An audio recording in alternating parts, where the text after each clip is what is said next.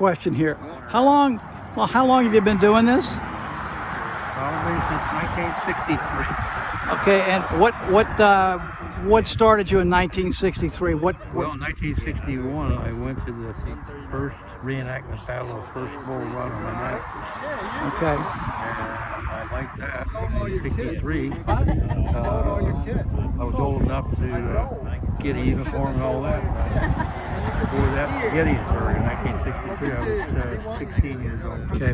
One question I'd like to ask you in particular. I noticed, like at Saylor's Creek, they're overwhelmed by Federals. Yes. It's like, and I attended some things like the A.P. Hill Memorial, and they barely had somebody show up to do the colors.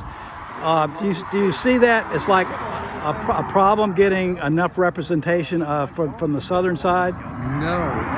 Typically, there's more Johnnies anyway, especially down south. Okay. I mean, it's hard getting Federals. Oh, really? Up north, it's hard to get Confederates.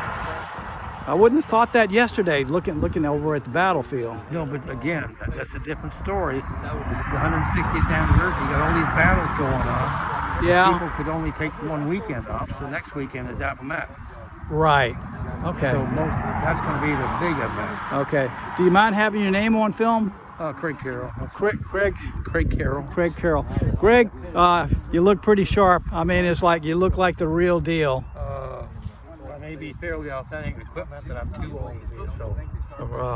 Well, we're all gray hairs. At the end of the war, they were taking everybody they could get their hands on. At the end, the Confederates were taking up to 60 years old. If you had a message to tell somebody about reenacting or anything in particular about that, what would you say? I say I'm afraid of our future if we try to destroy our history.